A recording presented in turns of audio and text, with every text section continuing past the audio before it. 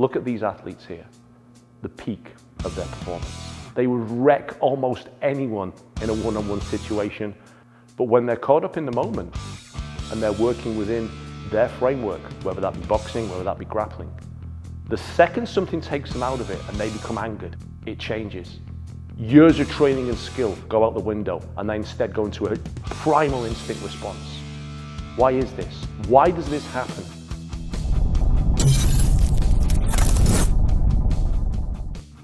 There's an old maxim in the martial arts world: when you raise your temper, lower your fists, and when you raise your fists, lower your temper.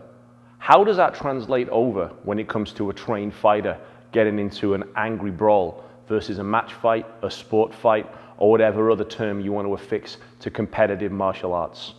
I'm Jay Cooper, and in this week's reality check, we're going to look at elite level martial artists and combat athletes and see how their skill set translates over when the poop hits the swirly thing. Fight broke out. Incredible conclusion to round number one. Carl Milliken, the referee, they go at it again. There were still several seconds to go. It seemed like a long round. There's the bell, and now some extra work. Oh, a little kickboxing by Elijah Tillery. Bo won't stand for that. Rock Newman, the manager of Riddick Bowe, and a tag team comes in, and Elijah Tillery does a 360, a spill out of the ring. What's up? Where's my rematch, buddy? Shields' team, unhappy about the confrontation, took matters into their own hands during the emotional time. Wow. Yeah, this is ridiculous. This is ridiculous. Not. What the? This is my only concern. Yeah. My God. Gentlemen, we're on national television. Gentlemen, we're in national television. We are going to step away right now on CBS. Back right after this. Oh, slacked him. Oh shit. Oh shit. Look at him, he comes in with a flying kick. Insane. He's bloodied up too. Oh, this guy? Yeah, look. Oh my god, went straight in the mouth. Allow him to kick me and punch me.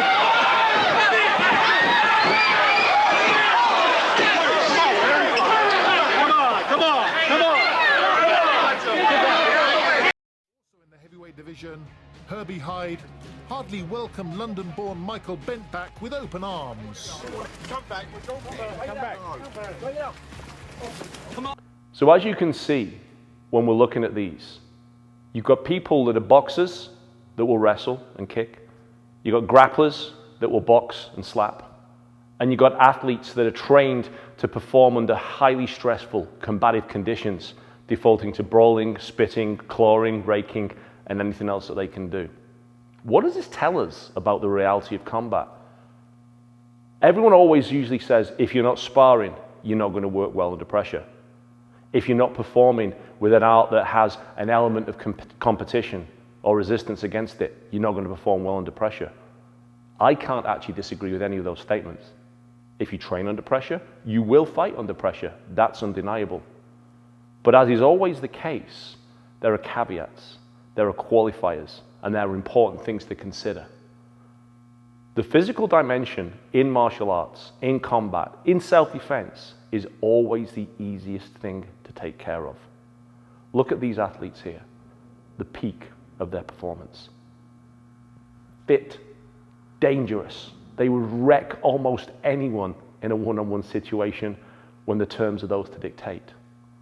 But when they're caught up in the moment and they're working within their framework, whether that be boxing, whether that be grappling, the second something takes them out of it and they become angered, the second something comes in that forces them to go off their game plan, it changes. Years of training and skill go out the window and they instead go into a primal instinct response. Why is this? Why does this happen? I wish there was a simple explanation, but there's not. But let me offer you some insight. When you're training for a specific discipline, you train within the rules. Boxing is perhaps the most obvious example of this. You can punch. You can't kick, you can't grapple, you can't hit below the waist. All the stuff that we normally then say makes it a sport versus a self-defense situation. Leaving aside the fact that most fights involve punches on the street, A boxer will punch when someone is punching back at them. They'll aim to hit and not get hit. But the second there's a foul or an insult or a slight, they go to anger mode. And when they go to anger mode, they go away from what they're allowed to do, what they're supposed to do, and they go away from the rules. Think about it. If you're conditioned to respond in a certain manner, when you go outside of that, you now know you're transgressing. So what they do is they go to these primal instinct. Boxers will instantly grab onto you. Why? Because you're not allowed to do that. That's their survival instinct inside the ring. It's their attack instinct out the ring. The kicks will fly. Grapplers, some of the most refined, delicate submission artists on the planet, will look like white belts at your local YMCA Karate Association, swinging and slapping because they're angry. They don't want this fight to be 10 rounds, 3 rounds, 5 rounds, a chess match, outwitting your opponent, asserting your will and dominance skill-wise. They want to hurt you, and they want to hurt you quick.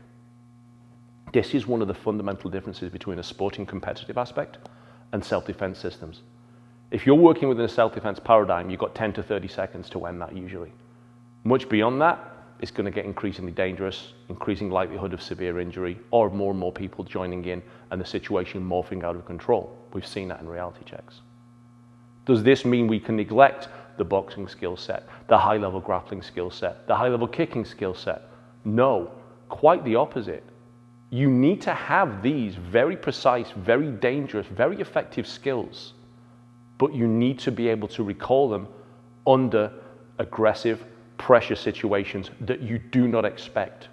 This is the emotional dimension. This is what's missing from most people's training.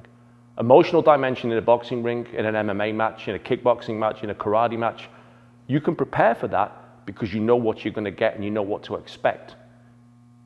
You can rationalize it, you can think about it, you can picture it, and when you're there, it doesn't tend to differ too much because you know the rules and you know they know the rules.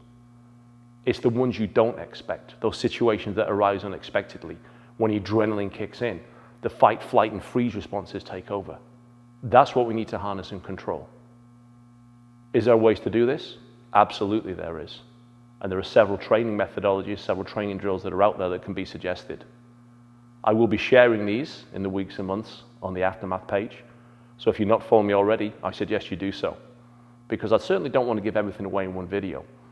I just want to open your eyes a little bit and make you consider some of these great truths about competitive fighters, about pressure testing. As important as it is, as vital as it is, as essential as it is, they always need one thing, the emotional dimension and the context that goes along with that. Thanks for joining us this week, guys. As always, it's a pleasure to have you with us. Please like, subscribe, smash those buttons down below to get us going in there.